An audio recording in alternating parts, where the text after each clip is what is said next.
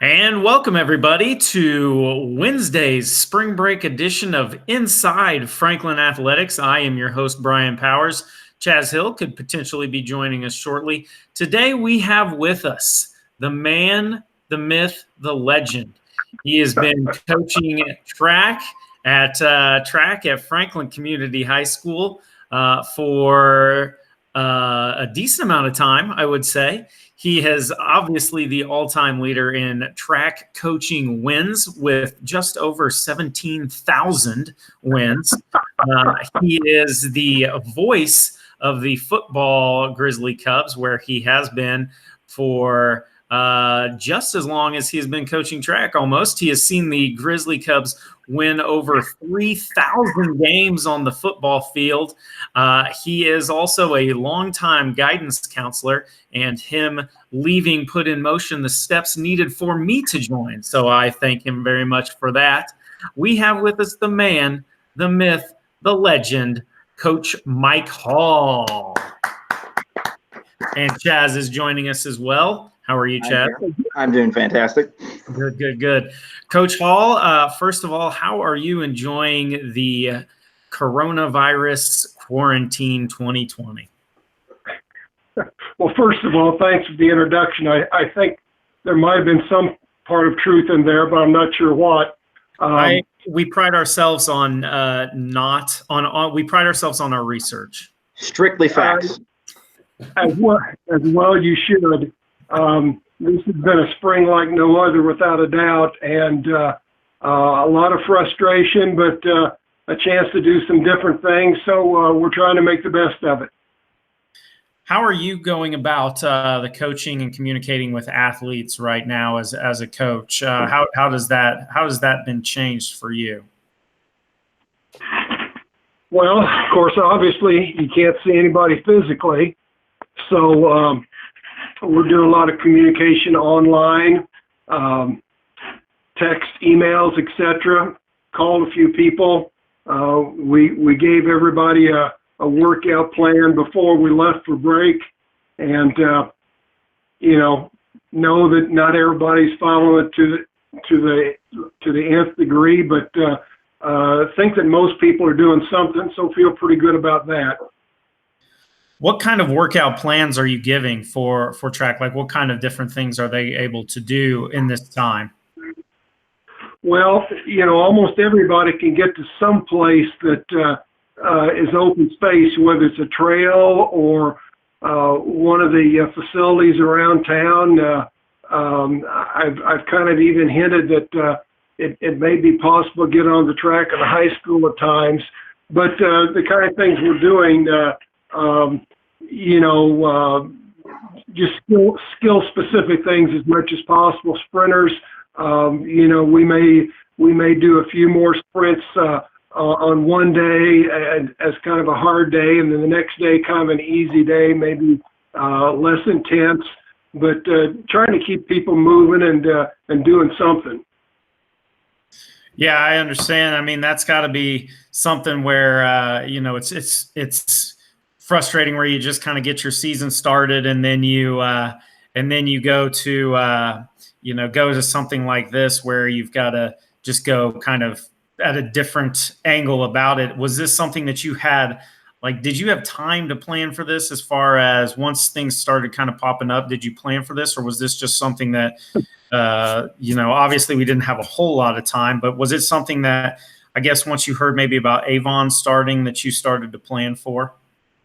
Well, somewhat, yeah. We normally have a workout for kids over spring break that we can't physically be in touch with. So kind of took that and modified it and added to it a little bit. And I know Coach Swartz and your brother did similar things with the distance kids. So, it's certainly nothing we had 100% planned for, but tweaked some things along the way and thought we had a pretty good plan going. And, as I hear from other places, other teams putting things out there on social media and so forth, I think a lot of people have the same kind of ideas. It's just a matter of who's carrying things out and and actually getting things done, and who's watching video games. What is it like trying to coach kids, especially seniors, that might not get to have a season? Well, there's no book on this at all, so Exactly. Yeah. I think you have to be as encouraging as you can. Be optimistic, even though there's certainly some negative things that appear to be on the horizon. But keep hope open. We had a meet canceled there before spring break, and when the day that happened, I went back and kind of sent out to each kid a quick rundown of how I envisioned the meet playing out and the results and so forth. And surprisingly enough, we ended up winning. But, just kind of keeping as positive as possible all the way. I can imagine the playing out of that meet, right, Chaz? Coach Hall looking at the times and being like, well, I think our guy's seated 7th, but, he's been feeling spry lately. That's a first place for sure. He's pretty fast. He's good. They won. Exactly, yeah. Yeah, if you're scoring out if there were 12 teams in there, you and 11 other coaches had their teams winning that meet. So it's kind of amazing. Oh, well. So what's kind of the last question before we move on to your career and everything? What's kind of the latest update you have for any track athletes? Well, we had a meeting last week. I say we, that's the spring sport head coaches with Mr. Doty. And, he kind of gave us an update of the conference, and conference coaches have met and tentatively had plans for things after the May 1 date. If we were to start May 1, we could start.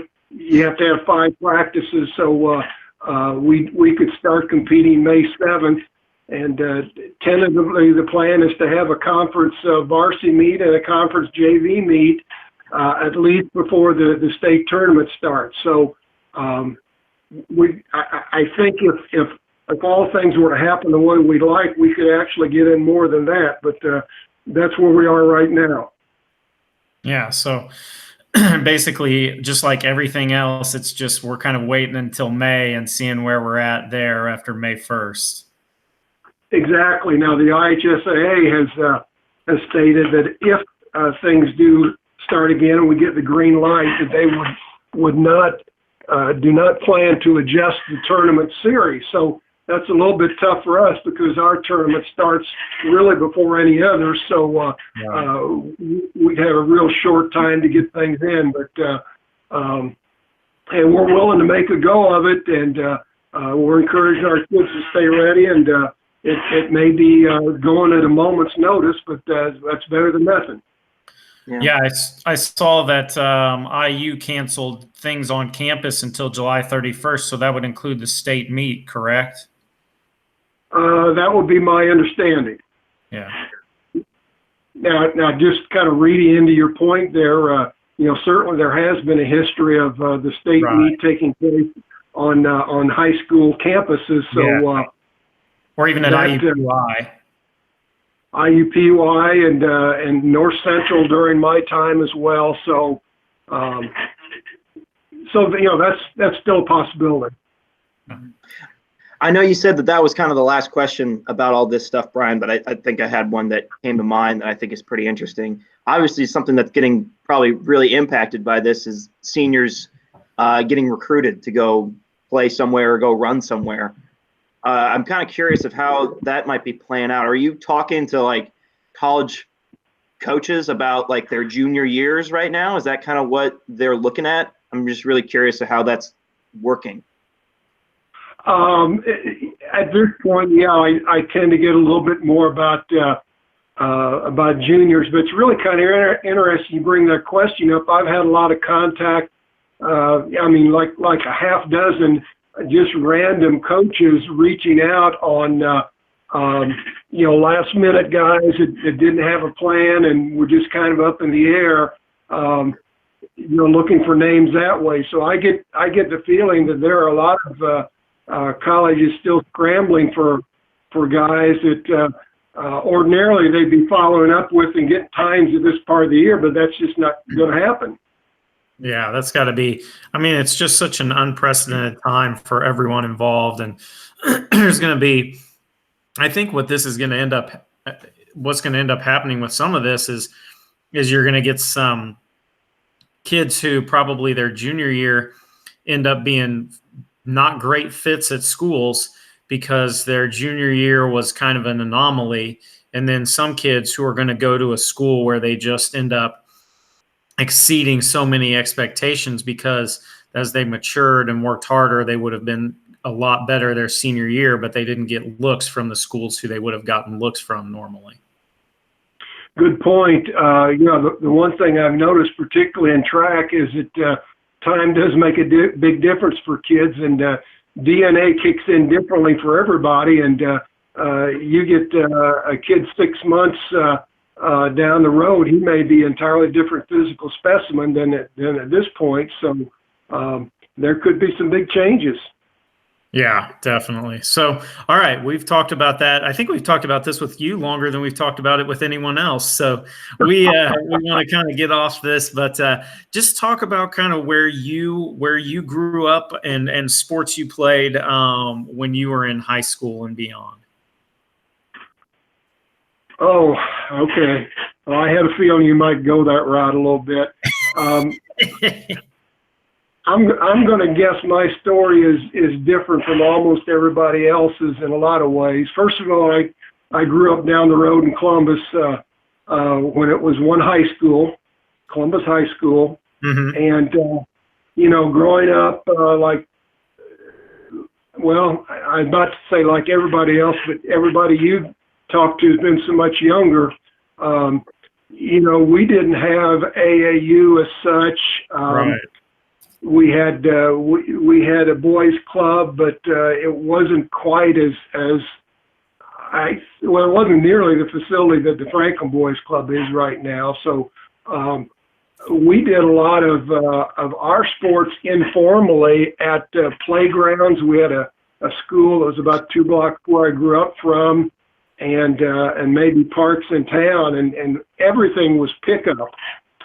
So did play organized baseball as in Little League in town there, and played grade school basketball. And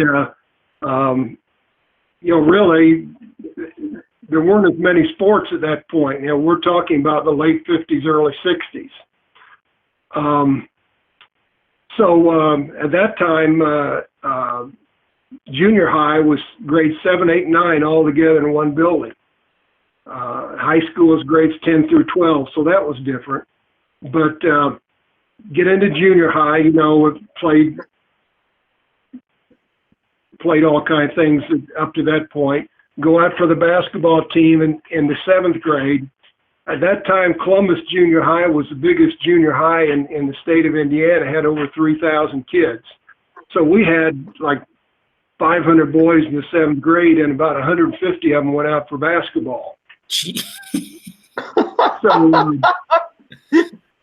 it was kind of a zoo. And the other thing that happened, you guys, Brian knows me real well. Chaz doesn't know me quite as well, but I was a late bloomer. So in the 7th grade, I'm barely 5 feet tall. So there's me, one of the shortest guys out there. In our 7th grade, we had, I think our center, the guy that ended up being our center was 6'3". We had 2 6'1" kids. We had big kids. In 7th grade? And, yeah. Jeez. The 6'3" guy was 6'3" when we graduated too, but that's another story. But at any rate, I could go on and on there. But at any rate, 150 kids, tryouts are a mess. That's when you had cuts. I mean, they were really cuts. What they do, they say, okay, tomorrow morning we're going to put a list of players who made the cut on the wall in one of the buildings. Okay. Well, you get into school and everybody that's all the guys go flying down there looking at the list and, looking for your name, hunting for your name. If your name wasn't on there, then you got cut. Well, I got cut the first cut. So, they told us two things in advance. Number one, if you get cut, you need to keep playing, and all the standard things they told us. But the other thing they told us is they were going to have an intramural program, junior high intramural program, first time ever. Okay, so I get cut. They announce intramurals. I play intramurals. We play a dozen games against one another. There's 4 intramural teams, so you really get some pretty good experience. So did that. Again, the playground not far from my house had a nice basketball court. Would go down there after school a lot and got in some games against older, bigger, stronger guys. So bottom line, get better. 8th grade, come back, grew a little bit of DNA kicks in. Not much though. I'm about 5'3" or so. But anyway, hey, I'm better. I think I'm doing pretty well. We go through practice. They announce cut's going to be the next day, so I go down to the wall where they put things up, and I made the cut. But so did about 35 other guys. So they got 2 more cuts they're going to make. Go through it again, make the next cut. I think I'm living large. They get the last cut, didn't make it. 20 guys didn't make the list. So, okay. So we're back to playing on the playground and playing intramurals. But something happens in intramurals, like the second game, whatever reason, the coach called, and we actually had plays. He called a couple plays for me and had a game where I scored a bunch of points. And never done that before. So that happened for a couple games. And I'm thinking, well, this is okay. This is fun. I'm all right. I'm not playing on the 8th grade team, but I'm having a good time. Well, my math teacher was the 8th grade coach. And one day he comes to me right in the middle of class. I think I'm working on something. Says, hey, Mike, by the way, do you want to come and practice with the 8th grade team tonight? I mean, this is like 2 in the afternoon and they practice at 5. And I, as I'm jumping out of my skin, yeah, sure, I'll come in. It was kind of my response. Well, I guess so. I mean, I don't know. I mean, that was literally the way I pulled it off. I knew about being cool. Okay, so, he does this. I think it's 6th period, and we got a 7-period day. So between classes, I call my mom. Mom, you got to get my stuff here to me. I'm going to practice tonight. And she did. I had great parents. And so I made it to practice, and so I'm doing double duty there for the last 2 months of the season. I'm practicing with the 8th grade team, and then I get also play intramurals. And so, long story short, trying to make it short anyway, get in a couple games, do okay. The next year, remember I said we had the biggest junior high in the state. Well, because it was so big, they decided to split things up. So, Brian, you've known the Columbus school, so yeah. I went to what was Central Junior High my freshman year, which was the same building, same place, and then they had North Side on the north side of town. So now we've got 2 junior highs with 1,500 kids apiece. So all of a sudden, all those kids that I was fighting against before got split up.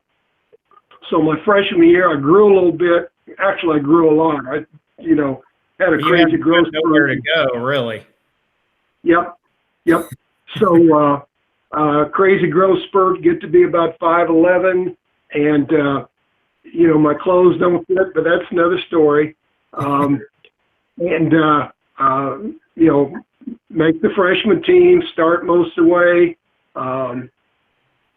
Next year, keep growing a little bit more. make the JV team at a high school, don't get to play very much, but keep growing. Junior year, I'm up to about 6'3", and,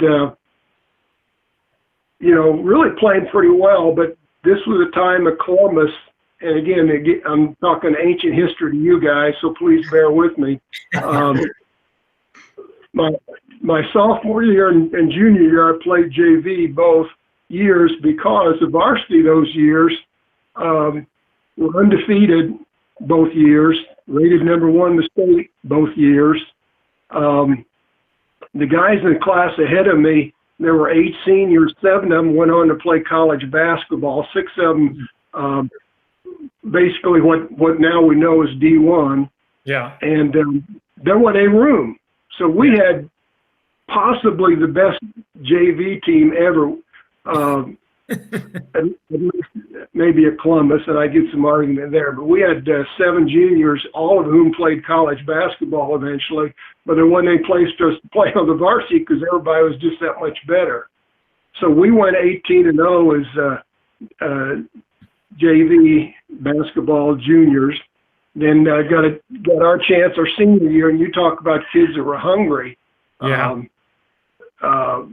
And we weren't as good as the guys in front of us. It was obvious, and there's no question about that. But we weren't too bad, and we'd gone through 2 years of getting pretty well worked up on in practice by good, big, strong guys.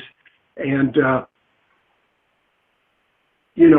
we were going to make the most of our time. At any rate, we ended up 17-3 in the season, 22-4 overall, and won a sectional and regional. Got beat in the afternoon game in a semi-state.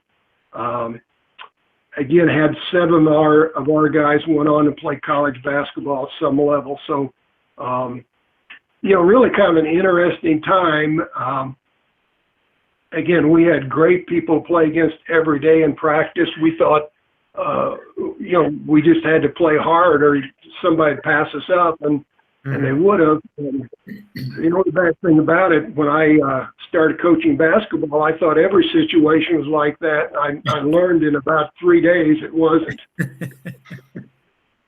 So yeah, it's something where you think everyone's just going to be able to step up and you're going to have a solid team, and then the first time you got a little, these guys aren't as good, that's going to kind of be a little stark reminder for you, isn't it? Well, exactly, and you just got the idea that everybody was going to be competitive and understood your job was on the line every day, and that isn't the case. It just really isn't, and it took me a little while to understand that. Yeah. So you, where did you go to college? Went to Franklin College. Okay. And yep. We got 3. I was going to tell you, Chaz Hill, there that you graduated last year, right? 2019. Correct. Yeah. Okay. Well, I was there at your graduation. You wouldn't have known it, but I was one of those guys in the gold gowns in the back with the 50-year graduation class. Oh, wow. That's crazy. So, yeah, it's a shame that we don't have a picture here today, because I was going to say, hey, just take a look. 50 years from now, this may be you. Oh, man. Okay, so how did you get, was Franklin High School just like the first one you got, the first job, and you went from there? Well, can we go back to college a minute? Oh, yeah, absolutely. Okay. Well, I was going to say, I really wanted to play college basketball. And other sports, I played baseball for a while in high school, and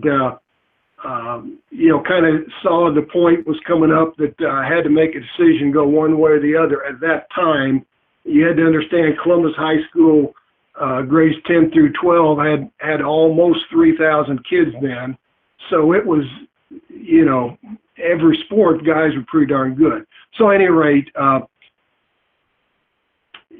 whatever reason, I did kind of a thing like Bardwell mentioned when you talk with him. I wrote letters to almost every college in Indiana, smaller colleges, letting them know I was interested in playing basketball, and and got back some information, and some coaches made contact and all, and actually got an interesting note from Tony Hinkle. I got two from Tony Hinkle. One was kind of a forum thing early on, and then after that, after our season, when I started getting contact from some people, he sent me a handwritten note, and I've lost it. I wish I still had it, but at any rate, handwritten note, talk to your coach. He said you could play for us, and that's good enough for me. Come visit our school. We have a nice school. Signed, Tony Hinkle. That's cool. And wow. I thought, man, is that different from now? But at any rate, and even at that time, that's pretty simplistic. But really, Butler was, I just really never considered it. Sure loved the Hinkle Fieldhouse, loved playing there, but in April, on back-to-back nights, early April, my senior year, I get a phone call from the Hanover coach one night and the Franklin coach next night. Now, probably looking back, there's been thousands of guys who got down to Franklin and Hanover as their college choice that wanted to play sports. So myself and two of my teammates went down to visit Hanover. My dad drove us down, and then the next weekend I went to visit Franklin and ended up choosing Franklin. Now, did you announce that on your Twitter page or your Instagram page? Well, let's see. I might have told some of my friends at the time, and maybe one or two of them that would let everybody know. So that's kind of the way things were spread at that time. All right. That's good. So you're playing at Franklin College. How did that go for you? Oh, loved it. Couldn't believe. Of course, as you guys know, the pace in college is so much different than high school in terms of expectations, things like that. And Chaz, you played there at Franklin College. You made it as intense as you wanted it to be, but you didn't feel a whole lot of pressure from the outside. I never felt like I couldn't be a student first and an athlete second. And certainly at that time, as an immature, late blooming young man, my judgment wasn't always the best, but as it ended up, I was at the right place because they did force us to put academics before sports. Now, Coach, are you saying that in college, as college kids, we didn't have the best judgment either? Oh, I can't speak for anybody else. Yeah, how dare you, sir? That's ridiculous. Yeah. So you're playing there at Franklin. In the 4 years there, you guys, I'm sure you played Hanover. Was there a little extra special rivalry for you just because it came down to Franklin and Hanover? That's a good another good question. No, I really never thought of it that way. Although the guy who was the coach down there, really, I had a good relationship with, and of course they were in our conference then, so we played them twice during the year, and I always talked to him after the game that first year, and that was his only year. They changed coaches year after that. But I would say this. We didn't win a lot, I think 8 or 9 or something like that, but Hanover had an offer. They went 0 for 21. Good. So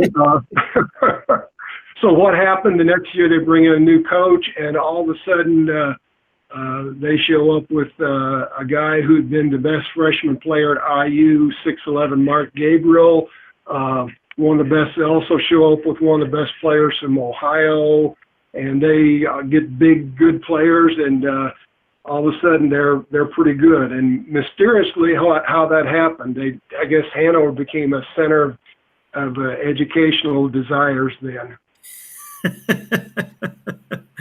Yeah, that seems logical. I don't think anything else was at play in that. So, do you remember any specific moments or anything from Franklin College from playing there? Any specific games?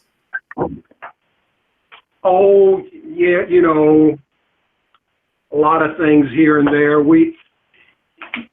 I think the one thing that was different at that time, Indiana Central was in our conference that you guys know as UIndy, and really our biggest rivalry in basketball and football was with them, Indiana Central.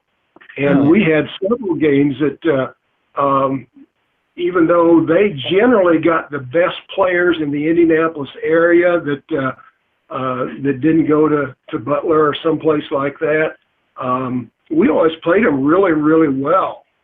One kind of funny story, our senior year, we were going to go up to Indiana Central and play, and I'd been hurt and had a broken foot, and this was my second game back. So at that time, they always put in the Indianapolis Star the point spread every day. I don't know if it was a gambling thing or what, but Indiana Central was a 26-point favorite over us. And, I looked at it, and, kids, we don't care anything. We're going to go up there and take them. Well, we went up there, and we did take them. We beat them by 2 points, and their coach was mad and chasing referees off the floor. And it was just really a fun game. The next day, and you guys, the Franklin College guys, will appreciate this. We had a campus convocation. It was the President Haynes is going to give his state of the college speech. So we're all supposed to meet at 9 o'clock in the gym over there, the old gym, which you guys would know as a fitness center. Yeah. Mm-hmm. And everybody can fit in there. We've only got about 700 students then. So we get in there, and we're sitting on those old wooden bleachers, and he starts out, first thing he wants to do, and he pulls out, obviously a newspaper, and gives the background of, they were such and such a favorite, and basketball team went up there and had the big upset and one of the greatest wins in recent years, and really builds it up. And, the kids kind of get in this a little bit. And then he says, now I would like all the basketball players to stand up. Well, remember, college, okay, so I'm thinking, oh, geez, okay. So I stand up, I look around, and there's one other guy standing up, and the two of us are the only players there. And you could just see President Haynes' face start to get a little bit red, and I saw Coach Thompson, our coach, was standing down there at the end of the gym, and I mean, he was fuming. It looked like steam was coming out of the top of his head. So I think there was a discussion among the coach and the other players, I wasn't included, about that oversight by some guys. I'm sure some suicides weren't involved for those other guys. Well, there were some threats made on that, I'm sure, but I've got that picture in my mind. It was so funny, and nobody wanted to laugh out loud because it was really kind of embarrassing, but people around me were just chuckling and ducking their heads and everything. So love it. Hey, that's good stuff. So you've got your career at Franklin. Now I have down in my research unofficially, you scored over 4,500 points. Is that accurate? Oh, it only seems like that. Actually, here's another story that goes with that. I'm on all stories today. After my junior year, I don't know how many points I had, 800 something, but the coach came out and said, Mike will be the next guy to go over 1,000 points. And Frank, well, okay, nice. If he doesn't get hurt. Well, he got hurt. So I sit out a dozen games with a broken foot, and that's just a goofy story anyway. But I don't make it. So that bothers me a little bit. I really had two goals, individual goals, my senior year. Only time I ever set goals for myself. Wanted to average 20 points a game, which I was doing when I got hurt, and go over 1,000 points. Well, it didn't happen. So time goes on, and don't think about much. Well, my youngest son Matthew goes to Earlham and plays, and as things go on, he gets to play a lot, and his senior year averages 20 and goes over 1,000. So I got to see him do it. So that was even better, I thought. Well, that's cool. Yeah, that's pretty awesome. Wow. Yep. So you you're graduating college. You're looking for a job. Was teaching something you always knew you wanted to do, or education? Not always. No. In fact, if you'd asked me in high school, I'd have, said I'd rather eat worms than be a teacher. But things change, and I got thinking around about the people I really had respect for, and I decided that coaches and teachers I had good ones, really, I thought, and a lot of respect for them. And Franklin College has the environment, and maybe it's different from Chaz's standpoint, but from mine, you want to do something, give it a shot, and you're encouraged to give it a shot. So I went through all the education classes, did student teaching, and things were different at that time because there was such a need for teachers. And I know we're kind of in that situation now also, but you didn't have to.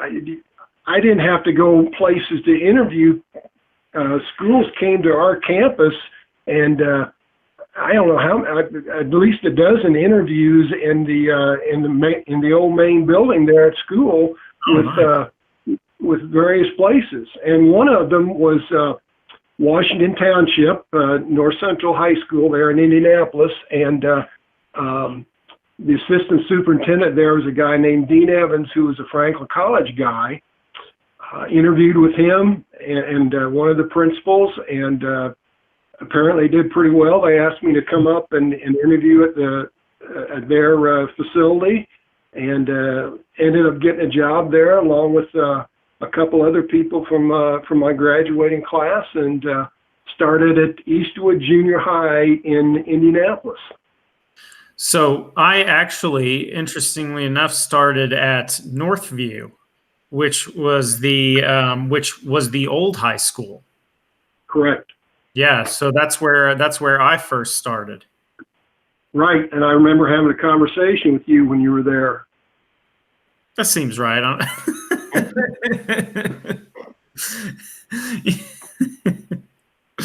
Yeah, so it was definitely it's an interesting school district in just the dichotomy of top to bottom as far as the demographics of that corporation goes. And it's ever changing. It's changed a lot. I'm sure from the time I was there till the time you were there was greatly different. I think it's changed even more so since then. Yeah, definitely. So you're there. How long were you at Eastwood? I was there from 69 to 74, and young guy, they give you the heavy teaching load at 4 different preps a day. Coach 2 sports. Started out coaching basketball and track, and then added cross country there towards the end. But really, I was a guy that wanted to be a head basketball coach eventually, so was always looking to move, and had a chance to go as an assistant in 1974 to North Davies High School in Davies County, Indiana. Yeah. So we my family and I lived in Carmel at the time I was teaching Eastwood, so I think we are the only family ever to move from Carmel to Odin, Indiana. Yeah, that's kind of a different move, a backwards move, if you would, I guess. Well, it's kind of interesting, and really it ended up being kind of a healthy move because I sure saw a lot of the country and education and athletics that I wouldn't have seen otherwise. But we were there 11 years, got to be a head coach at one time. My story on that I use is I wanted to be a head coach in the worst way, and that if you go back to that community now, they tell you that's just how I coach, the worst way. And so you were a varsity boys basketball coach? For 4 years, yep. Yeah. And then, and so how was that, just like stepping into a role like that? How did that kind of, I know you've talked about it a little bit, but just how did that differ from your expectations of what you thought it would be? And how was it similar? Well, looking back, hey, I was young. I was 29 years old, pretty full of myself, thought I knew it all, thought I was 100% ready, and I wasn't. But a lot of this, I've still got notes and papers and things from that time. A lot of things I was doing were really, really very, very good with just a little bit of tweaking here and there. Could have been a lot better. If I were to have gone back 10 years later in the same position, probably would have been a lot more successful. Had some great kids. At that time, and again, Southwestern Indiana, I don't know if you know it at all, but it's just a hotbed of basketball. People are just absolutely rabid. It's God's country. Well, people will tell you that. Bar Reeve and Lagodi, those people are unreal in terms of their enthusiasm. At that time, Washington High School was going through a period where they were very good. In fact, my first year, they had Steve Bushy, who later on became Mr. Basketball and played for IU. Yeah. Their starting lineup went 6'2", 6'5", 6'6", 6'6", 6'9". Nice. And they were rated number one in the state. And of course, they're 15 miles away from us, so we play them, and then we're in their sectional at that time. So we saw some really good competition. So you're there. When did you kind of decide that you weren't sure necessarily if that was where you wanted to be? I don't know if I pick any one time or not. You just kind of look at things as you go along in life, and kind of had the feeling I want to be someplace closer to my parents, like all of us, I guess. At some time they were getting older. They're still living in Columbus. Basketball. I'll just throw this in. It's not a secret. Coached 4 years there, lost more than we won, made some people mad. Had some great kids. Still have great relationships with those that I see. Talked to a number of them on the phone from time to time, even though I've been gone 35 years. But ended up getting fired. Yeah, if you coach high school basketball in Indiana, you're going to get fired sometime. So, I get fired and stay down there and teach. And then a year after I get fired, this school board that unanimously voted to fire me comes back, has the principal talk to me and said, all the school board members, want you to know we've got an athletic director opening. We'd like you to be athletic director. Huh. Wait a minute. So yeah, and so so I was athletic director for 3 years. During that time, I started doing my work to get my counseling license. I'd had a master's degree in education already, and was teaching, and that was okay, but I'd like to do something different. So I decided I'd look into counseling. So I was pursuing that. And 2 years after I'm athletic director, they sent the principal back to me and said, the school board knows that you're doing some work, and I can't exactly how it was worded. It wasn't the way I'd word it, but doing some extra work. We'd like to know if you'd consider getting a principal's license and eventually becoming our principal. I said, oh, wait a minute. I wasn't good enough to be a basketball coach, but I didn't. But it was kind of typical of the way things work down there, and a lot of places. And I didn't hold animosity towards those folks. Nice enough folks and all. But you know, it was obvious that this wasn't exactly where I wanted to be forever. Although we did have a nice place to live down there, and my wife taught, and the kids were established in school. So the opportunity came to move to Franklin, and we took it. It was a tough decision, just because we had so much roots down there. But we ended up coming up here, and that was 35 years ago. So you come here. Did you was it in a counseling position or a teaching position? This is really interesting because a guy named Tom McKinney was a basketball coach then. And Brian, Bloomington, wasn't he at Bloomington? Didn't he go to Bloomington North? Bloomington North, yeah. He was a coach of the last single class championship there. Yep. Well, Tom coached at Franklin at that time, and he was actually a Columbus guy and a basketball teammate of mine.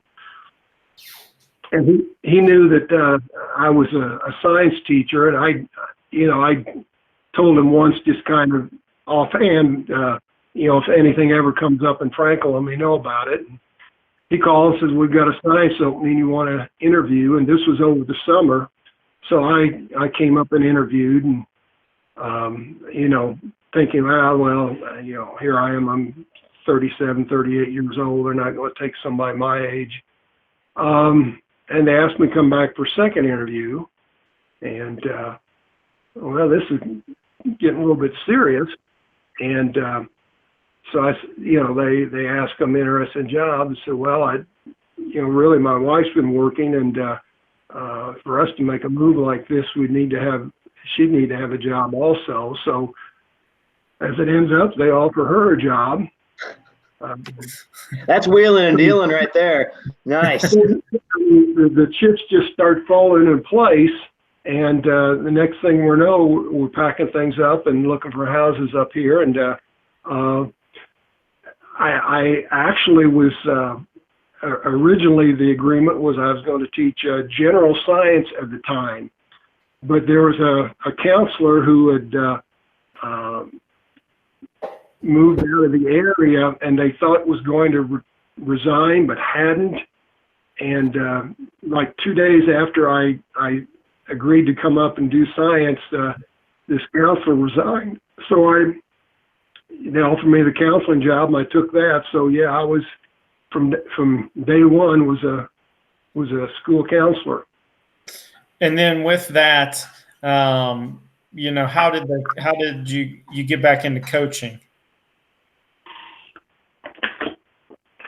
Well, you're not going to believe this part. I can just kind of picture Chaz there. He's kind of looking like, where's this guy coming from? They have an opening in track at the time, and so I agreed to be the track coach. I'd coach track down at North Davies. And then I get up here and start the year, and they had a young man coaching the JV basketball team who was not a teacher, and his job assignment had changed and couldn't coach a JV team, so they asked if I'd coach JV basketball. So, all of a sudden I'm right back in that. So, were there any reservations going back to basketball after your time at North Davies as the head coach? The only reservations I had was that I needed to do things a little bit differently. And during the time I was out, I really did a lot of watching other coaches. At that time, Coach Knight's program was big, and so I managed to get over and watch them practice some. And I'm not saying that I was a Coach Knight fan or anything like that, but did appreciate the way he put things together. Paid attention to the other college coaches, went down to Evansville a couple times, and just kind of maybe refocus a little bit on what I was doing. And again, as it happened, Tom McKinney was the varsity coach at Franklin then, and I'd known him since the second grade, so that was an easy decision to make. So it really worked out pretty well. Yeah, that kind of just slides back in. You're out of the coaching game for a little bit, and then you get right back into it. So when you're how did you find the find the time to break up, because basketball is a pretty long season and then track's a long season, and was it as full time then as it is now? And how did you find the time to do that? Well, no way was it the same time commitment as it is now. I think we've almost got the point that every sport is a full year round commitment, which I don't like, but and I think a lot more of our kids were multi-sport kids then. We had some overlapping. We'd get into February, and we'd have a lot of times where I'd practice basketball after school, and then at 5:30 or 6 o'clock do track practice, and made that work. But yeah, it wasn't quite the off-season commitment, and track and field has changed with the advent of the indoor season. We've almost got a full indoor season now, where we get involved there. So we're going earlier. It would be a very difficult double to do right now. It would certainly require somebody much younger with a lot more energy and a lot more time. You got time to talk to us. If you got time to talk to us, you got all the time in the world. Well, right now I do have all the time in the world, that's for sure. Don't we all? So just in kind of focusing on basketball for a little bit, you were there. How long were you an assistant and then the JV coach? Well, I was, again, this is kind of broken up.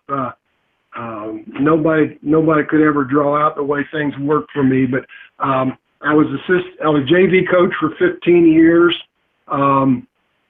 Dan Workman, father of Angela Kuntz, who you all know, was the varsity assistant during that time. He retired from coaching, so I took over the varsity assistant job for 1 year, which I think was 99, 2000, something like that. And then I was actually out for a couple years. A guy named Terry Buckner took my place, very well-liked young man, and Terry had some family illness issues he had to deal with, so I jumped back in 2003 and coached the JV team for 2 more years there. So in all, I was an assistant for 18 years. What are, just as far as JV and varsity, because you were coaching there for some pretty rich times. What are some of your favorite memories, just basketball wise? I mean, obviously you got to coach your sons, I believe, and there through some successes there. So what were some of your best memories? Well, coaching the boys, Ryan and Matt, was a pleasure. Wasn't always easy for any of us, but it was certainly a pleasure. getting to work with some great kids and really outstanding coaches, was a big part of it. Of course, the team that made the run for the regional championship in 96, 97. I know you talked to Jake the other day. Yeah. Just really enjoyed those guys. I coached them all in JV at some time or another, and going through the Hinkle Fieldhouse thing with them was a lot of fun. I know you talked to Bill Doty about Bill's career a little bit. Yeah.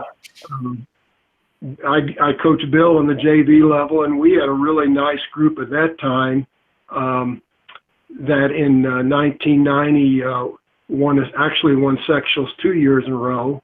And 1990 won the afternoon game of the regional down there at Columbus, and came back that night to play Martinsville, who had 3 Division I athletes on their team. And we had a really, really strong senior team, and ended up getting beat, I think, by 2 points by Martinsville. Had a chance to win and didn't. And, those memories stick out in my mind a lot. But just some very, very good kids during that time. I always thought there's 2 things a JV coach should do. He should really be helping to make the varsity better by giving good practice time and competition in practice, and then working get each individual better, and getting guys ready to step up the next year in the varsity if necessary. So that's a different focus in the varsity, and I enjoyed that. Now, Chaz, I think we can both agree here. It seems like Coach Hall is the biggest Inside Franklin Athletics podcast fan. Oh, of course. He's claimed 2 podcasts that he's heard just in that interview alone. So definite brownie points. You will get the highest number so far. Yeah, you will get our T-shirt. You will also get our number 1 fan sticker. So look those for are that. all forthcoming and have not been built or made at all. You're reserving one, and we'll get one maybe in 2 years. we get out of our house.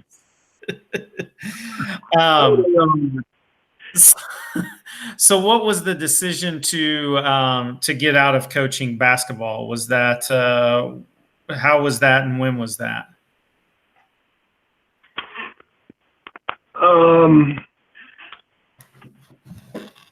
Well, 2005, we'd had a pretty good team, pretty good season. Things started, the landscape started changing basketball, more time on the off season, which I really didn't mind. But track started to get to be a little bit more intense. We had won 4 track sectionals and 2 track regionals in the 90s, and which really are tough things to do. Thought that maybe we had a chance to do that again, but maybe I need to put in a little bit more time on it. So again, a lot of maybes there, nothing definite. And I thought our basketball guys maybe just needed a younger coach, just a lot of things. But I decided to drop that and stay with track for a while, and still doing it.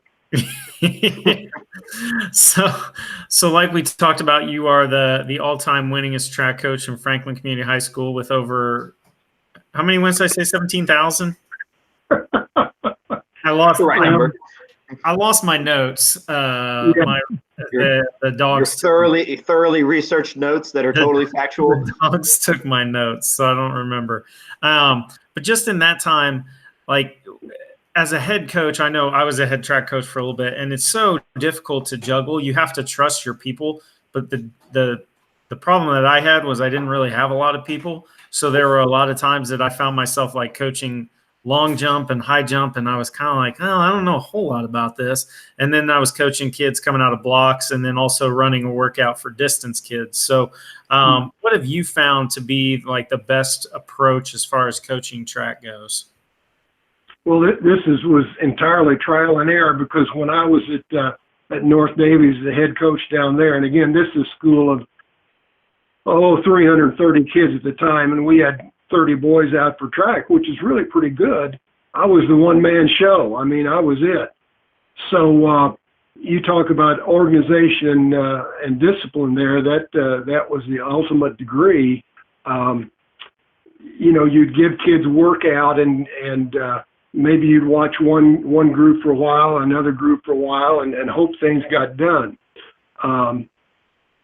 When I got up to Franklin, I had assistants, which was a nice situation, but I was deciding, I'm going to write the workouts for everybody and then get them to do the workouts. Well, things got lost in the transition, and it was better, but not the best.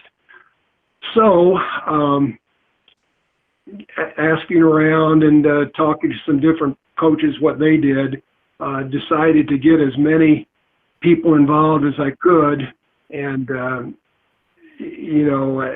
I tell assistant coaches, if you're going to come with us, I expect you to coach. I'm not going to look over your shoulder all the time. I want to know what you're doing, but I'm not going to tell you exactly what to do.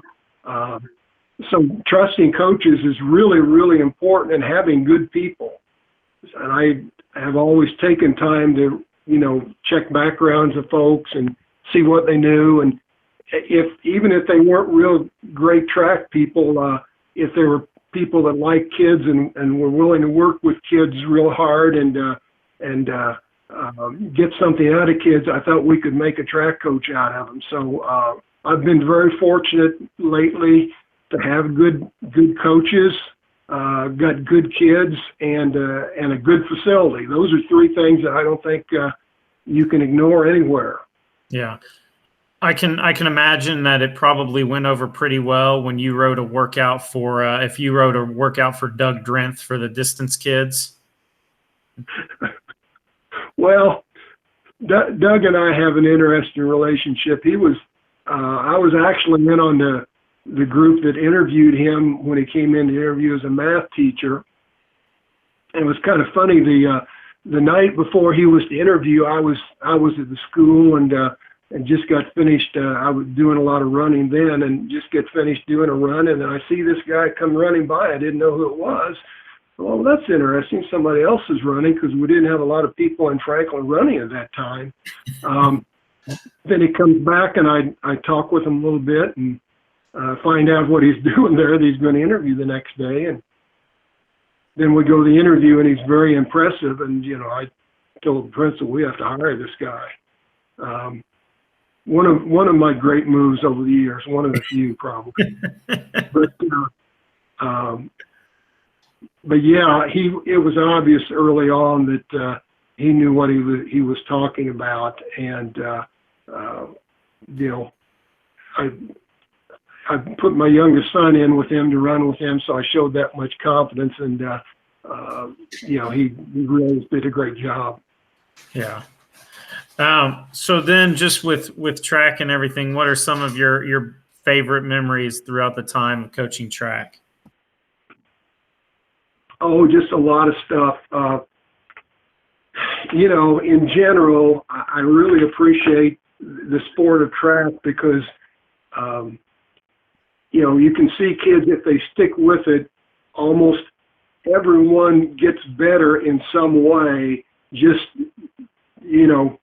as DNA kicks in, as they get bigger, get stronger, working on the little things that they really start having success. So that's kind of the overall thing that sticks with me and I enjoy.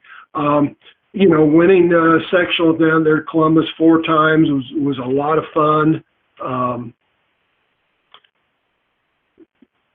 Having kids do well at the state meet, like Brian, your brother's senior year up there in 2002, when we had the 3 distance kids do so well.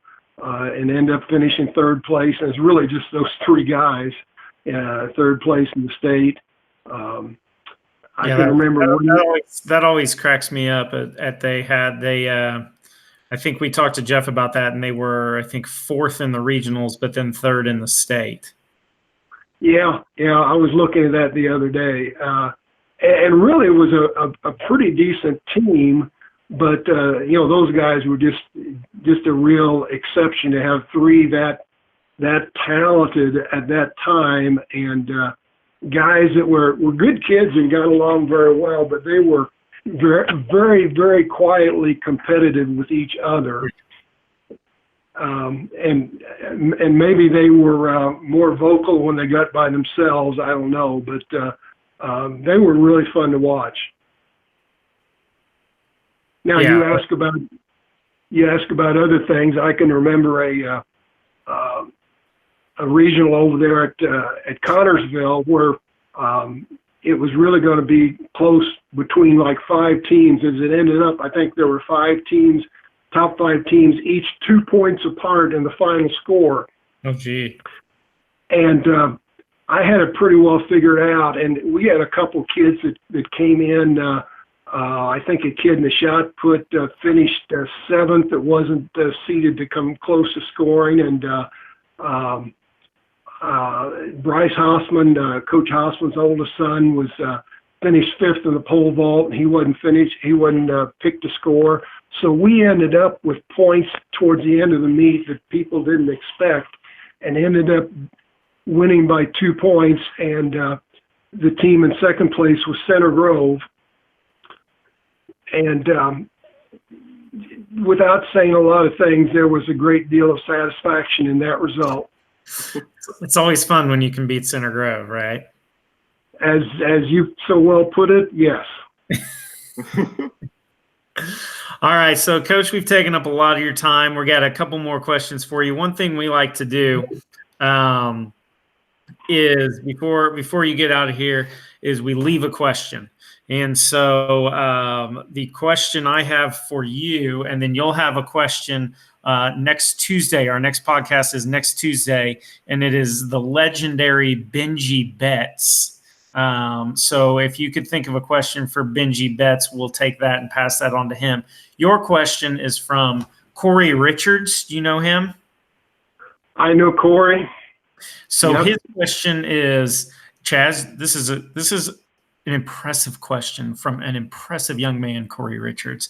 Corey Richards' question is, what is the biggest difference you notice coaching now than from coaching your first year? And you can't don't say something like the kids are more whiny or something like that. Let's show some professionalism here, Coach. Yeah, okay, I will. Seriously, I think there's not a whole lot of change in the kids. I think the things that are around them have certainly changed, but the biggest difference for me is just in 50 years, my perspective has changed a lot. I think I'm a whale of a lot more in tune now to the way kids are thinking and their needs than when I started out. I was more of an X and O skill set guy, and that only goes so far. So my apologies to anybody that played for him in the early years, but I've certainly come to appreciate the kids a lot more. All right. So, yeah, it's kind of interesting how, when you first start, you think you've got everything under control. And then as you start going on, you're like, man, I don't know anything that I'm talking about. I found that out the hard way. Chaz is still in the thinks he knows everything stage and that this is not going to happen. So, I mean, absolutely. That's just the way it goes. He's just a cocky young kid. I mean, we gotta, Coach, we gotta keep him on his toes here. We're all like that at some point. All right. So what question do you have for Benji Betts? Benji Betts, legendary Franklin and Franklin College athlete. My question would be, what would be your favorite Coach Hall story? Now, you may want to block out a lot of time for that one. He may go a long time on that one. All right. We will ask him that. We have him on next Tuesday, so we'll ask him that. Hey, you guys haven't asked me about movies. That's what I'm about to do. Come on. Hey, we are a well-oiled machine here, Coach. There is a way. The cogs spin, and they know what they're going. So, yeah, Coach, that's the way I like to end it, because it's one of the big things that I love. And I think you can really tell a lot about a person by what their favorite movies are. And you could do that with like music and TV shows and stuff like that. But I think the entertainment that you like kind of does say a little bit about your personality. So if you had to pick 3 to 5 movies that you really enjoy or go back to a lot or something like that, what do you think you'd pick?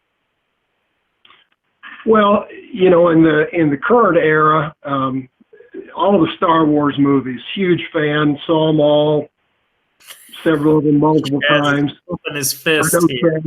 I know Chaz is all about them. Yeah.